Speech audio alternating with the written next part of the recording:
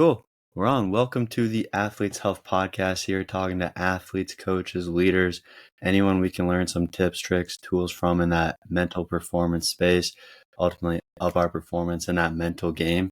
And just through some connections, one way or another, I found Bjørn Ekeberg. And honestly, some of the things you're presenting and doing nowadays from just your whole story of kind of your life too, of what you've done, Bjørn, it was really fascinating to me, and knowing what you're doing now to help kind of athletic space, integrating some recovery, red light aspects together, and just your whole even degree of philosophy and science. I wanted to hear about that too. But if you want to introduce yourself here pretty briefly, or just introduce yourself, and then we'll probably hit on recovery and what you're working on right now, and then probably go back in time some and just figure out how you've got here too. I think it'd be a really cool thing to hear about. So go ahead and introduce yourself a little bit here, Bjørn. Thanks, Gabe, and thanks for the opportunity to be on your show and to talk about good things related to athletes' health. So I joined a team of co-founders a little over 5 years ago, founding a business dedicated to getting a new kind of recovery technology or a new kind of recovery device out to a lot of people who could benefit from it, athletes in the core target group. It is generally known as red light therapy, which I think a lot of your listeners may have heard about. In this case, it's a wearable type of device that is really promoting kind of deep healing that is able to penetrate deep into the tissue. So it's a very powerful kind of treatment. And we developed this ourselves in-house and then launched it. And we are seeing a lot of interest. We sold 25,000 of these already and are working with some really top athletes around the world in various sports we can talk more about later, that are finding this use of light, it's red and near infrared light in combination, a very specific dosage in a targeted spot where you might have a particular issue or a weakness, really dramatically improves recovery time. And so this was the discovery that my co-founders had made, that this technology existed, and we had the means to design our own. And I took on the role of sort of taking this to market, and now I'm also leading the company. So it's been quite a journey, and it's also a very, very interesting technology. I think is going to become mainstream relatively soon. Yeah, I think it is. You're exactly right. It's like up and coming. It is turning mainstream. I would say it's turning the corner to be mainstream right now. And as you're probably seeing, because you're in the market for it more and more. And the thing with the red light therapy, because I've read up on it somewhat too, because one thing you don't know is, like, one of my old roommates had their parents were huge into this stuff, and they had like almost a full body red light therapy just like a panel system, panel to turn on and use and everything. So I've used this quite a lot, and I fully believe that the recovery aspect ties right into the mental aspect and just integrating everything as a whole. But I was wondering if you could kind of break down kind of how this works, the red light therapy, how it helps people out, and then even show the device, because the device is pretty cool too, as in it is portable. I haven't looked too much into it, but I've never seen any portable thing for it. I've only seen like more of the big and bulky stuff. So I was curious. It was sort of our unique approach, and we're the only ones on the market that have taken this approach. So red light therapy, most commonly used as a term that covers both red light and near infrared wavelengths of light that are invisible. They're roughly on the same part of the spectrum, but they're independent types of wavelengths, and they both work very powerfully. Skin and below surface, and near infrared is able to penetrate the skin. This kind of technology has existed for a while, and I think what you have tried is the most commonly known approach to this type of red light therapy is stationary panels. And then you stay at a distance from it, like it's very powerful lights, and you get that light onto your skin. The idea is that the near infrared can penetrate and actually get into your muscles and tissue. And the main mechanism that's established in the scientific literature, and that also NASA established when they developed this in the early 2000s, something for astronauts, actually. So like heavily researched area of how it works. And the established mechanism is through what is known as the mitochondria, which are the organelles in your cells that are really responsible for energy productions in the cells. And what appears to happen when you expose your cells, or like the tissue or the muscles that you are wanting to treat, expose it to near infrared light at the right dosage and right amount, they respond by producing more energy, what's called ATP, energy at the cellular level.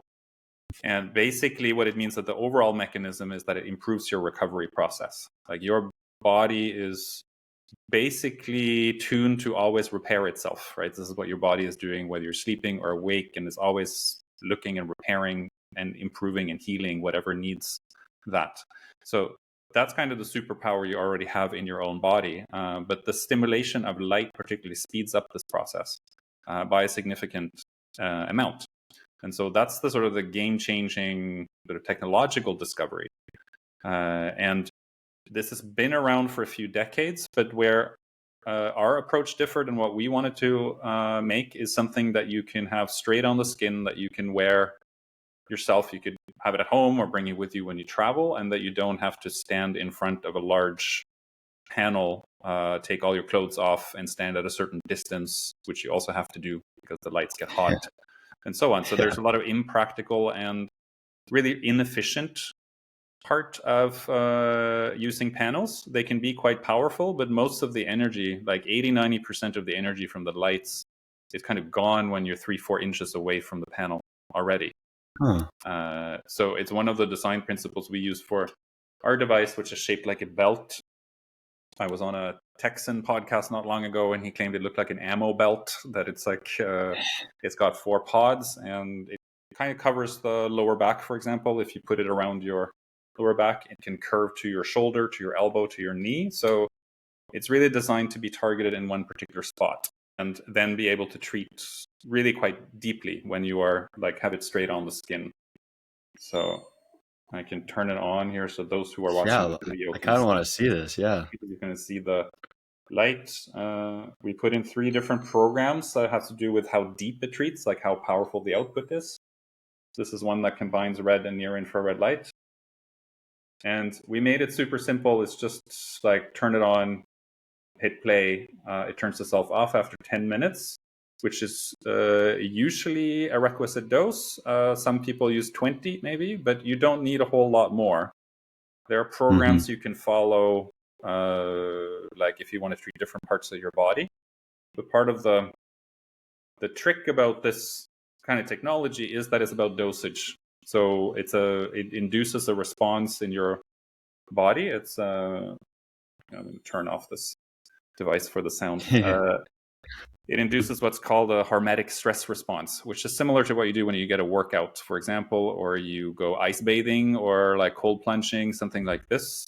Your cells basically get stressed to a certain point, and then they work to bounce back and become stronger.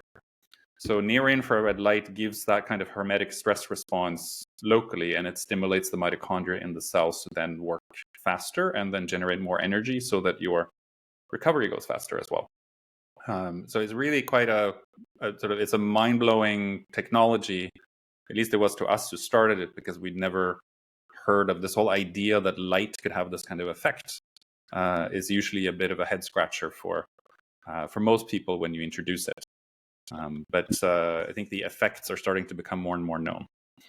No, it is definitely a head scratcher, and it is becoming more known. A couple of things that you were saying in there that I just wanted to reiterate, because it is so fascinating to me. I personally knew about some of the studies and stuff, but like if anyone listening, I wanted to make sure you could explain it, because I knew you'd explain it better than I could. But one thing I have always, that everyone knows about, is like the mitochondria is the powerhouse of the cell. At least here on this side of the pond, Bjørn is like, that's what everyone always knows about it, any science class. And I knew it affects the mitochondria, but I didn't know all the NASA studies. I knew some studies, but I didn't know it originated from that. So they did their own. Actually, some of the prototyping of the early devices were done also by NASA. So they researched it heavily because they were looking for a way to get around the problem that astronauts have in space when they're in this like deoxygenated kind of chambers that they're in. For some reason, wounds and injuries don't heal in space. Right. And so they came across the research, that some of the background research that dates to the 70s and the 80s, when this connection was first established.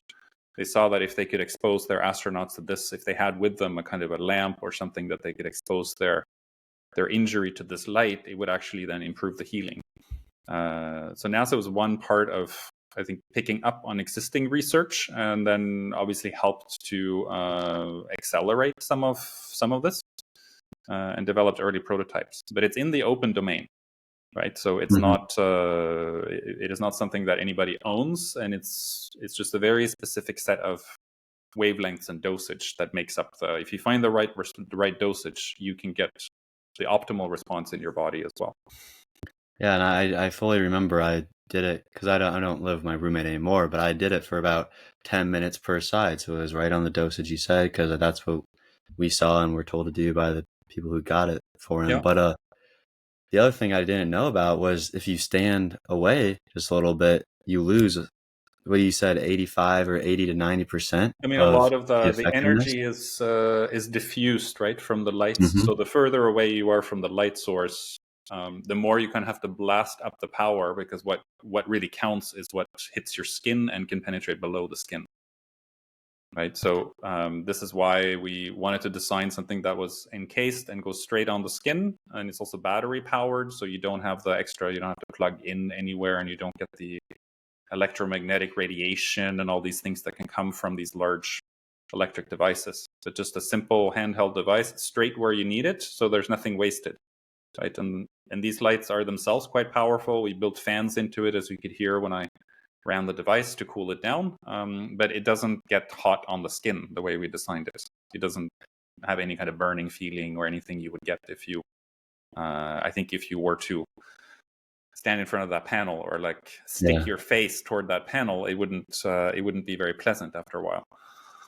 So let me ask you this. Is it like because I'm so curious about this, is this device, like if athletes are using it, like that, I know you guys, I had it somewhere that you guys have like a lot of athletes that have been working under this stuff or like been using it. Is it something where like after their performance bout or after practice and they're sore, their quads are sore, their calves are sore, maybe even some upper body sore? Is it something that they're like sitting around and they use it for 10 minutes on their quad and then they'll put 10 minutes on their shoulder, and it's kind of just like a recovery type piece that they can use kind of whenever, wherever? Or how's it usually used? Yeah, it can be used in several different ways. This is a very common one, is to apply it after a workout or a training or a practice, is to then sort of kickstart the recovery process and give extra energy, really, which is what it gives you to the muscles or the tissue that you have maybe loaded too much, or that has a weakness, or that you just want it to get that extra attention. So right after, there are several studies showing very beneficial effect on delayed onset muscle soreness, for example. So it's a very typical thing to use after a workout. Some athletes we work with are more like it's more for injuries. This is one way if you've actually been unfortunate enough to injure yourself, which is common in a lot of sports, then applying this on the site.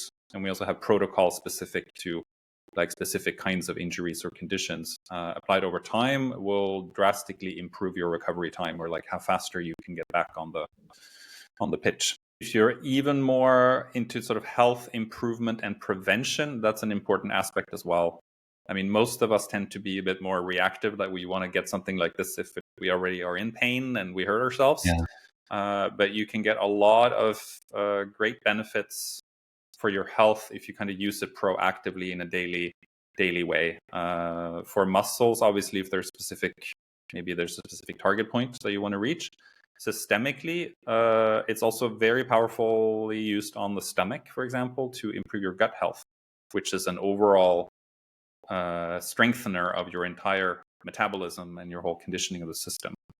So I usually say that if you don't have any like particular muscle or any particular point you want to use it at, or any sort of problem area, you can still benefit a lot from applying it daily to your core, which will then give you more energy for the whole recovery system in your body, so to speak. Oh, I like hearing that thing, because one from just my like history biases, I've never thought about recovering like around the core and stomach area, but I recently had a cupping and acupuncture therapist person on here Yeah, too. I heard that episode. Yeah, Yeah, yeah, it's and very he much in was the same talking. domain. Yeah. Yeah, he was talking kind of the same exact realm of doing stuff around the core of the stomach area and all the effects it has. And just from my own perspective, I've never thought about that, but now you're bringing it up too, and that's just so interesting to hear It about, is, just that I side think, of the piece. like gut health and the link to the brain and cognitive improvement, like this is becoming more and more known and established. It's also a sort of fascinatingly like quickly developing science. But there are some like real deep rooted connections between what goes on in your gut and what goes on in your brain, right? That's the sort of the main pathway, the main highway through the body, so to speak, in the neurological side. And you have a lot of light receptors in your stomach. And if you look at where your mitochondria are in your body, they're all over. And it's actually it's been calculated that we have about 10% of our body weight is made up of mitochondria. I don't know quite how they did this calculation, but just as Yeah. an index, it comes from credible sources. So I don't doubt it, but it's just to speak to the like where you have it, like it's all over your body. Mitochondria is a huge part of yourself, right? And their health is instrumental to aging, recovering, all of these things that you can do more strongly. But if you look at where you have the most mitochondria in your body, it's in your organs typically. The muscle tissue has lots of it, but it's really packed into organs, and it's also packed into the gut and the gut lining. So when you have a Hmm. device like this that you can literally just put straight onto the stomach, and the near infrared light at the highest preset or the strongest one can penetrate up to 2-3 inches in, like through the skin, right? Because it's long wavelength, so they can Wow. really get in to stimulate areas that you wouldn't normally be able to treat. And that's why a lot of our users have, like, we were surprised ourselves in our studies by how many people actually use it for gut health, because they find that it's a very, like, it's one way in which you know that it's working. Like if you use it over a couple of days, you will most likely notice changes in your digestive system and sort of uptake of that energy overall. I'm gonna have to definitely look into some studies on that, because I don't know, you might know this, you probably don't, but like my master's was in like the gut brain connection in a Oh, really? neuroscience lab, and so Yeah, so like the vagus I nerve and all of that. Yeah. yes, all Yeah. that stuff, and dopaminergic responses and everything. So is hearing you say that and just knowing the cells recycle and the recovery aspect of this red light therapy, it's really just kind of getting a lot of things clicking in my brain of how this all works, which is so fascinating. No, it's one very powerful way, but I should emphasize that that's kind of the, let's say, call it the health optimization way, if that's Mhm. your main focus. But it can be very practically hands-on used for like muscle repair and muscle boost and performance boost as well. And so how did you get into doing this stuff? How are you a co-founder on this company and getting into the red light for health, for performance? Because I know this is targeted, because we have been kind of talking about health side, but I know this is targeted a lot to the athletes, as you said, like 20,000 people, athletes in the community and everything. So how did you get into this? Yeah, it's one of those stories that's either coincidence or serendipity, depending on how you view it. I mean, I knew two of the co-founders from before, so there were four of us that got this started. So two guys that are like Europeans that were based in Asia. They were developing hardware, electronics products, solar cell lamps, these kinds of things. They were the go-to people for US or European companies that wanted to get things done in factories in Asia.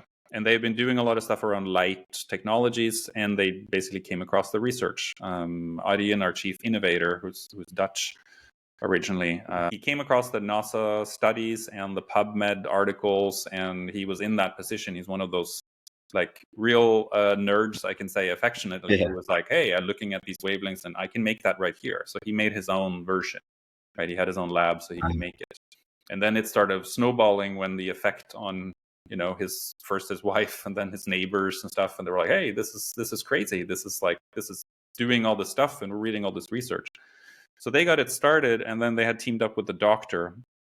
Zulia Frost, who's worked for over 20 years with this technology in the form of lasers and like earlier iterations of the technology.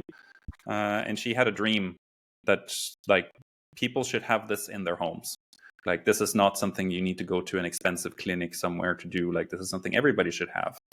And so the three of them had already found each other, and I got invited, and I met them, and I was baffled by why we don't know about this already, and how come. I mean, this was 5-6 years ago, right? So it's even less known than it is today. I realized with their idea they had for the tech that they could develop, and just looking at what was in the market, that really it's a sort of it's kind of a paradigm shift in health, or like it's a whole paradigm shift around how we think about our bodies. Just light in itself, it's super fascinating that we are so affected by our light environment and we don't think about it. So this is something we can talk more about if you like, but just the energy from the sun and all these things that we don't think about.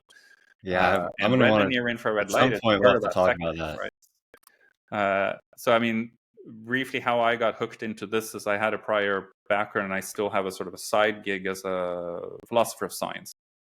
I did my PhD in Canada, and I focused more and more on increasingly. I wrote a book on the foundations of physics and cosmology from a philosophy and history point of view. And I was really interested in just this whole concept of energy and the lines between what we can know and what we believe. And I have a lot of interest in that topic, like way before I met these guys. But it clicked into me, like I could appreciate when I looked at the science as well, that this is, there's thousands of studies, and there's at least hundreds of very, very good ones, but it still is it's still a developing science. There's more and more being done, and more at larger scale. If you look at the kind of evidence you need, you know, at the pharmaceutical level, it's usually like large clinical trials with hundreds and thousands of participants. I think this is where the science, the research on this is going, but it's not quite there yet, right? So it still is a field that is growing. There are some definite things that are established, and so all of that fascinated me from a sort of a science background to sift what is really documentable or valid versus there's a lot of effects around it. There's a lot of noise. There's a lot of claims also to be able to do stuff that really there isn't physics for. Like when I see some of these other devices on the market, or like contraptions that can't possibly, from a physics perspective, it can't possibly work, but they're still making the same big claims that this is going to transform you and so on. Then it awakens the sort of the scientific part of me in a way. And I'm generally fascinated by like our health paradigm, how we like now understand our health in a different way. And we increasingly take health into our own hands. I think it's in the older world, you would go to your doctor for health advice. I don't know many people who do anymore, who go to their regular traditional doctor or to a pharmacy to like, you know, how should I get in better health or better shape or any of these kinds of things. And I think it's a really interesting time now where a lot of this new information is also being spread out and finding an audience that is interested in doing things their own way and exploring it themselves. And so we wanted to be part of that. And I have to say, when I saw some of the early effects it had on people and I saw the potential in this, it became more and more purpose driven for me. So I abandoned sort of my other career that I had going at the time to do this full time, to get the word out to people and to speak to people like yourself and your listeners as well about this, what is sort of coming, so to speak. And I appreciate that so much. And what really stood out to me in that is like you're talking, because I know you come from all the science background and everything, and you're saying how, because I've seen all the like cliche things on the internet and like, oh, this will do this by this pathway and all this, and like it doesn't really work like that. But you're saying, you're coming from your scientific background and seeing this and seeing the studies and saying like, there is a possibility that like this is actually working. And one thing that you just said was hearing the results of what people are doing this and feeling better, or what are the kind of results that people you're working with, maybe more so athletes, we could keep it more towards that because they're performing at relatively higher levels, but what just in general, what are kind of the results that people are seeing, how are they feeling and stuff like that? So it really, of course, depends on what you're treating and what your condition is, right? So it really is, because you can use this for a wide range of things, from just small aches after like doing too much of practice, or getting knocked on the side on the football field or something, from like light aches to like more complex medical conditions. So results will also vary depending on what you treat. But to take a common example that we worked with several like physiotherapists, for example, professionally over time, that have used this, would themselves go on record and say in their experience, for a pulled muscle, for example, a very common type of injury, you can shave off your recovery time by 1/3. So if you normally would be back in 5 to 6 days, if you did nothing, you can be back in 3 to 4 when you use this. So for an athlete, that's huge, right? So we got, I mean, some of Norway's top superstar athletes that are really famous, where we have based the company, maybe not so much in the US, but still competing at the global level. We have Casper Ruud, who's a tennis player. He's one of the top 10 tennis players in the world. Embraced this very quickly because he was in a situation of, I mean, he has to perform like day after day after day at these tournaments. They're grueling schedules, and he needed something that could get him back faster and more repaired more quickly. A lot of tear on a forearm in tennis, as you can imagine, a serve arm. So he's like, to have a belt-like thing he can just wrap around his forearm for 10 minutes after his game, right? And that would really help stimulate it to come back quicker. For him, it was a no-brainer. And so he joined and he invested into the company, and he's sort of one of our first ambassadors. And the captain of Arsenal Football Club, which is then European football, in the Premier League, Martin Ødegaard, he's one of the top 20 football players in the world. As well, had a similar, he had tried some panels, because word has gotten around among athletes in the locker rooms that this technology is there, and we got him a device, and he was the quickest one to be like, oh, he got it immediately, right? And he started seeing results, and in terms of being able to bounce back quicker.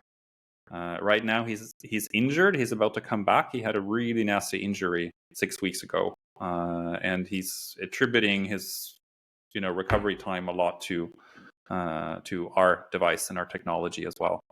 So these kinds of things, these are just examples of like a whole range of different athletes we work with on the top level. But what we see back from their experience and from regular customers, it's very clear that these are not tiny margins that only elite athletes would go after. Like, you can really improve some aspect of your game, so to speak, by a considerable margin if you use it the right way and with the right kind of intent. And so that's why we think it's really for everyone, even though this is perfect for athletes. It's really something that anyone, and the older you get, you tend to get more aches and pains and these kinds of things as well. So I think there's a growing interest among people who also cross 40 and 50 and are like experiencing more and more sort of, the things that can hold you back from reaching your goals. So having a friend like this with you in practice can be helpful. Hey, thanks again for tuning into the Athletes Health Podcast. Your support really does mean a lot. We are passionate about bringing the mental health and performance topics to the forefront because, let's be real, the mental health crisis is a huge issue in society. Now, if you're enjoying the show, it would mean the world to us if you could just give it a 5-star review and share it with anyone who might benefit this message. Every bit helps in spreading the word and creating a stronger, healthier community. This podcast is just a small part of what we are doing at the Athletes Health. We work directly with teams, coaches, and individual athletes even to help them unlock their full mental performance and ultimately overall performance.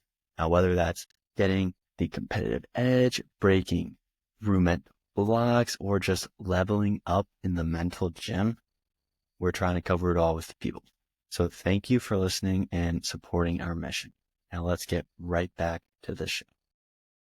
Okay, Bjorn, I'm going to go on a quick monologue because you got me pretty excited about some things.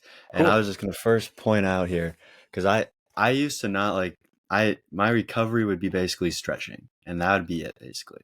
Yep. But as I've been doing more training and just getting older and working more and everything, like I need to recover more. So like I have this electric stim stuff. It's on my desk right here that I do all the time because I notice if physically, and this is why I say this, physically I have the aches and pains or I'm feeling down or I am not recovering as fast. Mentally, I can't focus. I can't lock in as well. And everyone I work with and I talk to about it, they say the same thing, which is why hearing you say this and hearing the 5 to 6 days, take it down to 3 to 4 recovery is quite interesting to me. And the other thing I'm really wondering about here now, because you already said you'll kind of nerd out on the energy and stuff. It was kind of a lot of what you did. I really like that stuff too. When I talk to people, sometimes that comes up, like when I'm working with athletes and stuff. But I really wanted to get your perspective on like just the energy in general, or like how you said physics and then physics that people don't really know, or just like the books that you've written on, because I know you've written a couple books. If you could just kind of give me a quick background on just kind of the general gist of that stuff, because I bet it'll tie back into this recovery piece, but I want to hear a little bit more about your side passion, but what was once kind of like your full thing. I want to hear about that a little bit. Yeah, well, should we start with energy? Let's start with energy. Energy. Yeah, I threw a lot out there, so Yeah. No, it's just there are multiple directions we can go with it, but energy. You're the This is professional. You sorry. take it. I said you're the professional. You take it where, in this regard, you take it where you think we should go with it. Well, when we talk about energy, we have ways of measuring energy that what we think about as energy that we don't question, right? Like when you eat something or you drink something that has calories in it, you know you're giving your body energy, right? Okay, yeah. Like no questions asked. The gasoline for your car, etc. You know you're fueling it with energy. You can convert it. You can calculate it. It's like what your the input and output in terms of energy terms. We tend not to think of energy in relation to the sun, for example, but we like really all the energy on Earth that supplies all your food, like all animals in the world, all plants in the world, and all of us human beings walking on this planet, we're 100% dependent on. There's one energy source for all of us, and that is what surrounds us at all times, or at least 12 hours of the day, and that's sunshine. Okay. Right? It's a source of all energy in our cosmos. I know this is probably like super basic, but at the same time, we don't often think about it in this context. Right? It is really literally the source. Like we are living in this little sheltered bubble that has this like beautifully calibrated atmosphere. We can breathe underneath it and stuff, but we are shielded in this like a massive fireball of energy that is outside of our atmosphere. Right? If you were to go up into space without that space suit or whatever that is using, you would be scorched alive. Right? We have so much of the energy that's like is incoming from the sun is like that's what we are just bathing in it every day if we're outside, right? But we don't tend to think of it in those terms.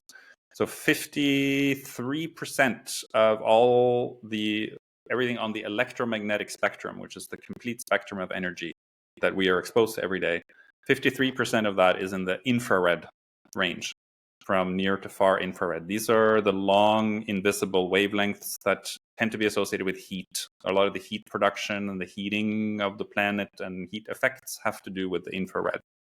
So there's already a huge part of our energy spectrum that is in this range that is then shown to also stimulate the body physiologically, right? So already there's a link that if you were to spend the next 2 weeks indoors, right, and you don't get any sunshine at all, what would happen, even if you keep eating and stuff, your energy levels at the cellular level would slowly go down, because you do need to be outside and have that energy. It's kind of it's a fuel source for you, but it's tend to be an invisible one because we take it for granted. Yeah. Right. So I want to sort of highlight that from the outset, because what we have made with FlexBeam, this portable device, is sort of a concentrated version of the same energy you already find outdoors. I mean, in the old days, about 100 years ago, or prior to that, before we had the pharmaceutical industry that was developed in the last 100 years, if you got sick or like really burnt out or something, they would typically send you to what's called a sanatorium, or like, which in modern world we would call a spa. It's basically a place where you get a lot of sunshine and you go into salt water and maybe you roll around in mud or something, and then to get some electrolytes going, and then you're in sunshine again and you expose your skin to sunshine and you sleep, and you would recover from most illnesses. You would be able to your body would be able to recover with sufficient sunlight and free electrons from nature. We don't live those kinds of lives anymore so much, and we also live under sort of a medical paradigm that is very, very much geared by biochemicals, by pharmaceutical elements, and like this is how we understand medicine. So at the risk of this sounding like a lot of sort of holistic hogwash or woo or any of these kinds of things, it's really like 100% from a physics perspective and what goes on in terms of energy in the world, independent of what you think other terms of energy. It is literally like you are driven by this. This light is the key source to your healing. Your body is capable of healing itself, and it's taking all that energy from either directly from the sun or indirectly through plants and animals and food, right? Converting that into fuel for yourself. So I tend to nerd around these couple of things because we don't really see the sun that way typically, like in the everyday. Yes. Yeah. So let me interject with just some points that we've already talked about and tie it back to what you just said. Because that's when we were first talking about the red light therapy at the beginning of the podcast. I wanted to relate it to the sun, but I didn't fully know if that was actually relatable.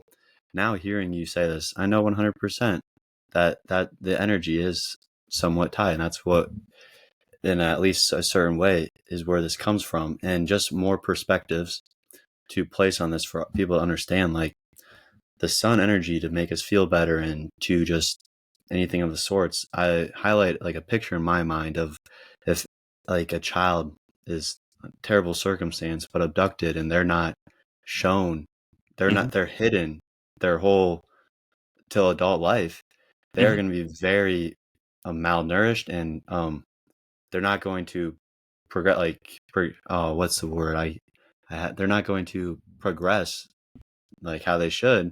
Yeah. Physically, stunted growth, right? and Yes, your stunted body is growth. not developing because it Thank cannot. you. Yeah. That was what I was looking for. And then the last piece, so that's one aspect that I'm just thinking right away of where the sun actually produces, and tying it back to your NASA astronauts needing the red light therapy. They're sheltered up in space. They cannot be shown that sun because they don't have the atmosphere to protect, and hence the wounds and everything else not recovering. They're not getting that energy that we're talking about here. So that's so cool. And that was just a quick interject. I wanted to talk Yeah, about that stuff that you no, say you that's nerd out of that, super. because I like it so much too. Yeah, this is it's cool. I mean, it's fascinating, right? And it's like it's right there every day for us who are here on Earth and not up in space as well. But we have certain ideas around the sun that are like, it's a very reductionist idea what the sun gives us, which is a full spectrum of energy, and so you have some parts of it can be harmful if you have too much. There's some UV rays that can actually burn your skin, and like you have to have in moderation. But these wavelengths we're talking about here that clearly stimulate the cells in your body, like somehow, I don't know, you could call it healing frequencies. So probably some people might not like those kinds of terms, but if you look at it just objectively in terms of physics, that is really what the science has discovered or established, is that there are certain frequencies, that part of bandwidth of the total spectrum of the sun, that has this physiological impact. So when you can then pack it in, and there's been a revolution in LED technology as well that makes it possible to make now in a more concentrated and lightweight and easier way than you could have done for 10 or 30 years ago. Makes it possible to make it now. But that's like you're able to deliver that kind of energy in a much more concentrated form without any of the potentially harmful stuff. It's only the wavelengths that will stimulate your body. And just like you tell me if this is wrong, but another kind of just like if you need a help like understanding this, I think of like how you said healing frequency, because these lights, they're waves, right? They're waves of light. I just Mm-hmm. think of like sound waves, Mm-hmm. sound frequencies. You hear different pitches for music. It's literally just waves put together. It's kind of the same exact thing on this energy topic we're talking about. It's just you can't hear or necessarily see it, so it's kind of harder to Mm-hmm. actually picture, but ultimately it can really help us out and produce that performance at a higher level by implementing it. Yeah, But there's an approach here that's like if you, I mean, there's something called frequency-based medicine, even, or like looking at it this way of like how we're impacted by sound and light, and our whole environment in a way is vibrating to certain kinds of frequencies, right? This is straight up physics can tell you that, and biophysics on how it responds to the cell.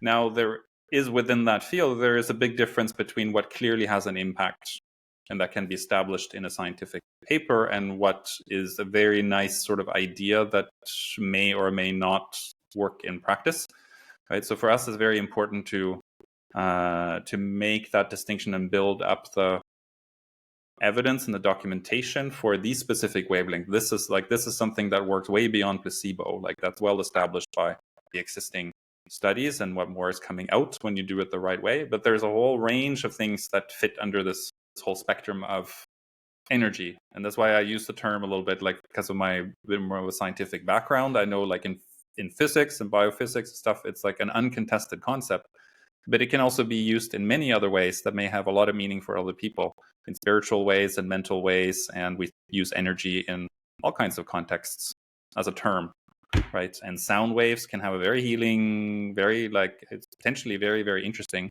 but it isn't so easy to document in a scientific study necessarily, right? So I have to be a little bit careful because of my background as well. yeah, Yeah. no, that's a very good point too, that you bringing the full scientific perspective into it. And I think that just ultimately helps your guys' product too, of just making sure, like you said, the exact frequency or frequency range that you're looking at to produce the result of what it's supposed to be. I think that's a cool point. This is going to be a little bit off the topic here, but I got to ask you now that we've kind of talked about some of the stuff. One thing I personally have seen in my life, because I mean, I'm kind of young still, that has helped. And it was just me reading things and trying to get into science, but there's not too much science. But so therefore your philosophy of science might know some stuff. But like the law of attraction, and some people talk about it, some people don't, but I find it in sports, like some of the athletes I help who are younger and going through the journey, and I can reflect on my stuff too, Mm-hmm. of like, you keep thinking about it, you put energy towards a goal, and yeah, in one day you're not going to reach it, but through a couple months, years, all of a sudden that thought is a thing, it's come to fruition. Do you have any perspectives behind this or anything of the sorts? Because I know just for some people they can get bogged down, and then so I was wondering just your views on that whole topic in general.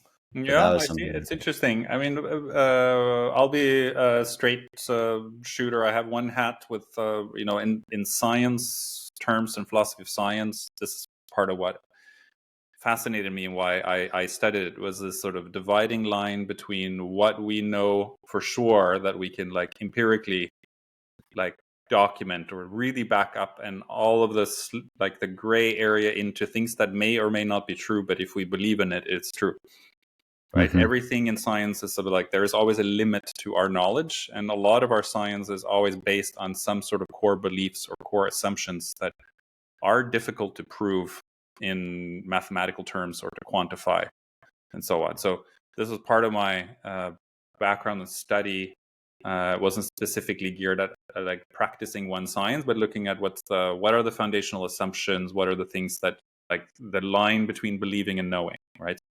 Okay. So having said that, and like needing to establish that sort of line of what's properly scientific that you can have empirical evidence for, there's a whole range of things that I, for myself, like personally, I incorporate into my daily routine, or that I believe in, such as manifesting, for example, as you were saying, by putting out and meditating on something I want to accomplish or something that's important to me.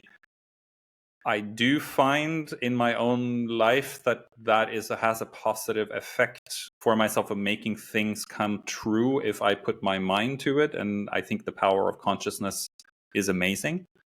Can I prove it in a peer-reviewed research paper? Can I establish it in a set of empirical data sets and sift out all of the potential interpretation from it? No, I don't think so. But that doesn't mean it's not true, and that it doesn't hold value for you, right? And if it has value for you, you believe in something, then it's more likely to also happen, right? So this is the conundrum, in medicine, it's called the placebo, right? You probably are familiar with this term, placebo. Placebo is a different term for consciousness, in my view. It is just like, basically, if you really believe in something, if you believe in a cure for something, you're kind of half the healing is already done. If you know what I mean, if you're like, this is part of the power your consciousness has, that if you fully align with yourself, let's say I give you a sugar pill, right? And it really convince you that this is like, I can refer to something, and you take it and you really believe in it, right? You are most likely to see, in many cases, you will then get a healing effect of some kind, right? And that's the power of aligning. That's the power of, I think the law of attraction belongs under this rubric in a way. That's the power of like manifesting your thoughts. But there is a difference between that and what can be shown to be beyond placebo in effects that works even if you don't believe in it. And the conundrum or the catch-all here is that if you do, it's easier to believe in something that there's scientific data sets that back up. Right? Yeah. So in a way, the placebo effect is stronger because there is science. Do you understand what I mean? So it's one thing is convincing you one-on-one, and you may just, I may delude you into thinking this sugar pill or this bicycle light I have will heal you. And maybe that will actually have an effect on you because you believe it so much. But it's so much easier for you to believe something that can point to all these documented papers and that you cannot refute. Then you believe in it more strongly, and it's going to work even better for you. So it's kind of a win-win, if you know what I mean, that it's both established in the science, but your belief, your consciousness, your approach to it, your attitude to your own healing or to your own journey, your own work as an athlete, all of that, I think, pays enormously into everything you do. It's a huge part of it. And that's why I like that you put so much focus in your shows also on mental techniques, that it's not just physiological. Yeah, I appreciate that because they're, like you said, they're some of the things I do present.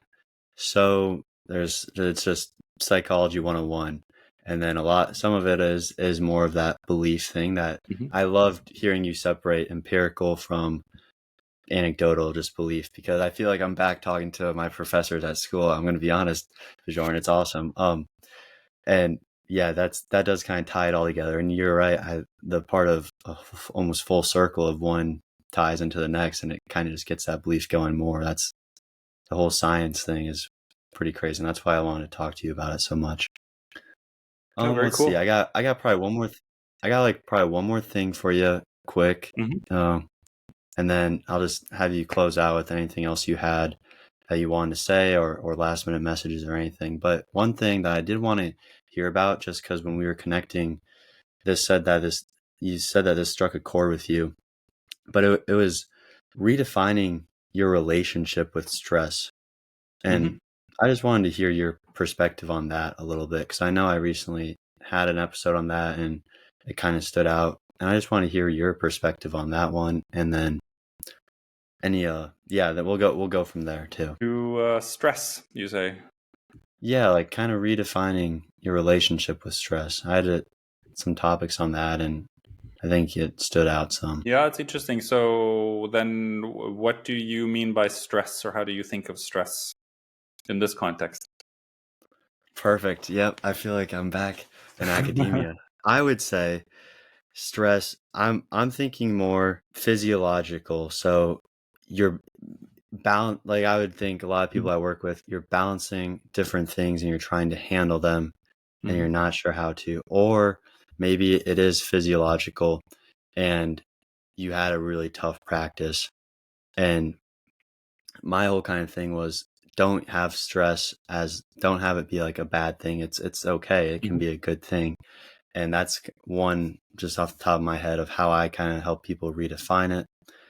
And I was just curious your kind of perspective on Yeah, that. no, for sure. Because it's usually the separation is what you're referring to is good or bad stress, right? Or negative or positive stress. And it really has to do with how your body is coping with it or dealing with it. So something that you cannot handle that is stressful, it's most often what we refer to as stress in everyday life is something unwanted, right? Is that you're stressed without reason and you're like running to catch something, or you're like you have a goal to reach that you cannot possibly do, and everybody is like pressuring you to do it anyway. Otherwise, you're a nobody. That's extreme stress that you cannot handle. So negative stress really means that your body doesn't adapt, like it maladapts in a way, like it sort of shuts down, or like whatever the response is that you're not able to do what you're supposed to be doing. There's a gap between what you physically can do and what you're supposed to be doing. That is the sort of stress we don't want. I think there's an increasing understanding, especially in the athletic space, and in corresponding fields like biohacking and health optimization and so on, is that stress can be positive if you use it right, and that actually all of the greatest achievements and all the greatest performance you do require stress. But what kind, right? So the one that you adapt to. This is why this phenomenon of cold plunging or ice bathing sort of thing, which has sprung up a lot, is an example of this. Maybe a better one than red light therapy, because ice bathing is really quite unpleasurable until it becomes pleasurable, right? You're exposing yourself to a very negative stress, or not, it's not negative, but you're stressing your body. And it's in the response to that, if you do it within the range that your body can adapt to, then that kind of stress is super positive. And frankly, you should probably, if you listen to some of the best health advisors out there who really studied the science, would say you actually need more of that in your everyday, or like you need more things that are really stressful, just like it's so hard to do that your body has no choice but to adapt very quickly to it, to build back up stronger. So I mean, what we talked about earlier is hormetic stress, right? Which is stress at the cellular level, which is what then happens when you, for example, expose it to flex beam near infrared light. That is like, if you do it the right dosage, it will have that effect, right? But if you do it too much, let's say like training is another, like a big workout, you do a massive pounding workout or like exercise of some kind. The power of that stress is that your body has to like go into recovery mode, and you sleep and you're a little bit better the next day, and then you sleep and you recover. If you do too much, if you go back after that exercise and you do it 5 more times, even though you already reached your limit, you are not going to get stronger. Now you're turning it into negative stress for your body. I mean, in a simplified way, right? Like if you follow what I mean, it's so you have to find the right window, the window of tolerance for what you can take that is sort of a little bit outside of your reach, but still within your capacity, the capacity of your body to adapt to. Then stress is super positive if you frame it in this particular way, where it can be very positive for your development. Perfect, because I will wrap that kind of topic up with, you made me think about two professors I talked with back in academia, where one was, I'm sure there's some literature on this, but his whole philosophy was you need to create short bouts of stress, because this was in kinesiology, short bouts of stress to actually promote longevity. And he was putting a lot of his researches into that, and some other, more nuanced into kinesiology subjects, but to prove that. And then, so that just was this whole topic of stress. You made me think of that. And another one was, I was talking to another professor and I was telling him about what I'm doing, and I was asking him some questions, and he was like, well, before we even continue, how do you even know there is a connection there? I mean, you have the curiosity. Yeah, I see it. You could be a great scientist, but you need to, like, we need to find if that connection is actually there. You're asking me. I don't know. I'd have to go look. And you're just making me think about all this stuff, Bjorn. It's awesome. I'm actually pretty thankful to have this conversation with you. It was cool. And I want to just wrap up with, if you had any last minute take homes or anything else you'd want to say, and then where can people find you before we kind of close up shop here? And Yeah, no, awesome, Gabe. I really appreciate your sort of curiosity and interest around this, and some questions. I think we went on a tour from like wavelengths of light and red and near infrared via the sun and the body and stress, and a lot of big topics. And I guess I'd like to sort of emphasize that while there is this revolutionary thing, I think in red light therapy has that potential, right? That is something that I think we'll see a few years down the road when you make even better devices than this one in the future, and so on. That one day this is going to be in everybody's home, because I think it's powerful. That being said, it's not just a miracle cure. You just apply it for 10 minutes and then you are like everything is healed. Like, it requires some patience and consistency, as in with most practices that you engage in as an athlete as well. There's no immediate quick payoff. But if you're looking for something that helps, that you can build a routine with, that is definitely going to help you both in the long run and with any particular issues, I'd really encourage you to try. Red light therapy generally, I am biased. I like the wearable, portable, powerful version that we have. It's called FlexBeam. And if you want to check that out, you can go to our website, is recharge.health. That's our company. It's called Recharge Health. And the product is called FlexBeam. And it's about $500. And we have a 60-day guarantee open purchase that you can test it out. The vast majority keep theirs because it's giving them something in return. And it's also a big warranty on it. And like we put a lot of pride in making this a premium quality device that will last and will stay with you for your journey as an athlete or whatever you're embarking on. So please check it out and learn more on our website too. We have a lot of links to scientific studies and a lot of our athletes that are using it and their example cases and what they use it for, and a lot of things that you can to learn. Cool. I appreciate that. I'm definitely gonna have to go check out, especially even more of the studies too. I want to read up more and more on it. I mean, it's so fascinating. But I'm gonna close this up here now, Bjorn, and I thank you for joining the Athletes Health Podcast. I really do appreciate it.